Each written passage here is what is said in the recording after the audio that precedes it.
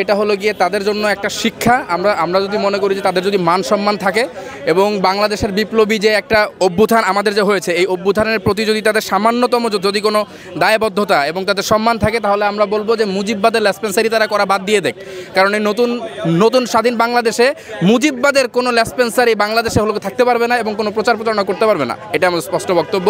এবং এর জন্য আজকে আমাদের কর্মসূচি, যে সমস্ত কালচারাল ফ্যাসিস্টরা যারা হলো গিয়ে 15ই আগস্ট হলো মুজিব বন্দনা করেছে টাকার বিনিময়ে, আমরা এটা বিভিন্ন মাধ্যমে জানতে পেরেছি, তো তাদের হলো গিয়ে কোনো হলো গিয়ে ছাড় আমরা দিব না। এবং তারা হলো নতুন করে আজকে দেখলাম নতুন একজন মডেল, হ্যাঁ, যাদেরকে হলো গিয়ে মানে আমরা বলবো যে থার্ড ক্লাস আর কি। এই কারণে বলবো যে তারা হলো গিয়ে বলতেছে একজন মডেলের ঘরে নাকি 300 জোড়া জুতা থাকে, সেই 300 জোড়া জুতা দিয়ে নাকি তারা নাকি বিপ্লবীদের হলো গিয়ে গালে মেরে নাকি মানচিত্র পরিবর্তন করে দিবে।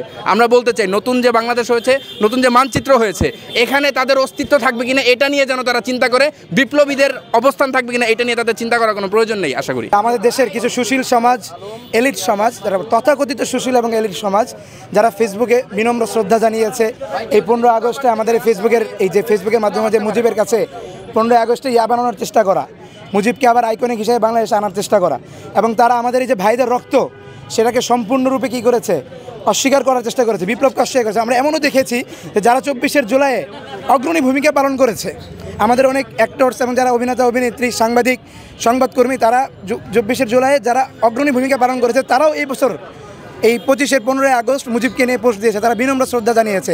তারা সেই জাতির পিতার সেই আইকনিক, সেই যে মুজিববাদ, সেই আবার এই রাজাকার যে নেগেটিভগুলো আওয়ামী লীগের, তা আওয়ামী লীগকে আবার পুনর্বাসন করার চেষ্টা করতেছে। এর বিরুদ্ধে আমরা উত্তরার বিপ্লবী ছাত্র জনতা এবং সারা দেশের বিপ্লবী ছাত্র জনতাই ফুসে উঠেছে। বিশেষ করে আজকে আমরা উত্তরার বিপ্লবী ছাত্র জনতা আমাদের ভাই শহীদ মীর মুগ্ধ মঞ্চ, শহীদ মীর মুগ্ধ যে মারা গেছে, তার সেই শহীদ মীর মুগ্ধ মঞ্চ থেকেই আমরা এটার বিরুদ্ধে জোরালো প্রতিবাদ গড়ে তোলার জন্য এই প্রথম কর্মসূচি ঘোষণা করেছি। আমরা সবাইকে এখানে আনতে পারি নাই। আওয়ামী লীগের আসলে মিডিয়া যেই পলিটিক্সটা, নোংরা পলিটিক্স, এই মিডিয়া পলিটিক্সটা, এটা অনেক বড় একটা গ্রুপ, আমরা সবাইকে এখানে আনতে পারি নাই। ইনশাআল্লাহ আমরা আস্তে আস্তে প্রত্যেককে সামনে আনবো এবং সম্পূর্ণরূপে তাদেরকে কীভাবে বাংলাদেশ থেকে বিতাড়িত করা যায় সেই চেষ্টা আমরা করব। এবং এই দেশের প্রত্যেকটা জনগণের কাছে আমাদের উদাত্ত আহ্বান থাকবে যে একজন মিডিয়া পলিটিক্সের একটা বড় বিষয় হলো ফলোয়ার্স এবং সাবস্ক্রাইবার্স।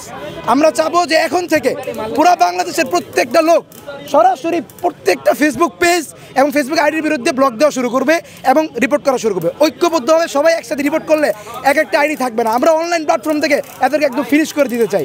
ইনশাআল্লাহ মুজিববাদ মুর্দাবাদ, ইনকিলাব জিন্দাবাদ। দেশের প্রতিটি নাগরিক, প্রতিটি সুনাগরিক যারা হচ্ছে সামান্য কমন সেন্স আছে, তারা সবাই হচ্ছে এই আন্দোলনে একাত্মতা করে রাস্তায় নেমে আসে।